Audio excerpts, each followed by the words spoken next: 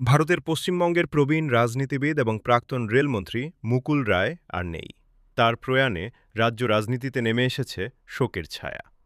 পরিবার সূত্রে জানা গেছে, তিনি কলকাতার একটি বেসরকারি হাসপাতালে চিকিৎসাধীন অবস্থায় শেষ নিঃশ্বাস ত্যাগ করেন।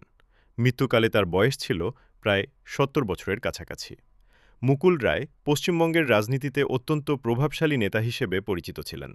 তিনি দীর্ঘদিন ধরে অল ইন্ডিয়া তৃণমূল কংগ্রেসের অন্যতম গুরুত্বপূর্ণ মুখ ছিলেন এবং দলের সংগঠন গড়ে তোলায় বড় ভূমিকা রেখেছিলেন। পরবর্তীতে তিনি ভারতীয় জনতা পার্টিতে যোগ দেন এবং আবার পরে নিজের পুরনো দলে ফিরে আসেন। রাজনীতির অন্দরে তাকে কৌশলী ও সংগঠক হিসেবে বিশেষভাবে সম্মান করা হতো। তার রাজনৈতিক জীবনে বহু উত্থান-পতন থাকলেও তিনি সব সময় খবরের শিরোনামে ছিলেন। তার মৃত্যুতে বিভিন্ন রাজনৈতিক দলের নেতারা শোক প্রকাশ করেছেন এবং তার অবদান স্মরণ করেছেন। পরিবার, সমর্থক এবং অসংখ্য শুভানুধ্যায়ীদের কাছে এই খবর অত্যন্ত বেদনাদায়ক। পশ্চিমবঙ্গের রাজনীতিতে তার শূন্যতা সহজে পূরণ হওয়ার নয় বলে অনেকেই মনে করছেন। মুকুল রায় শুধু একজন রাজনীতিবিদই নন, তিনি ছিলেন বহু মানুষের কাছে অনুপ্রেরণার উৎস। তার প্রয়াণে এক যুগের অবসান ঘটল।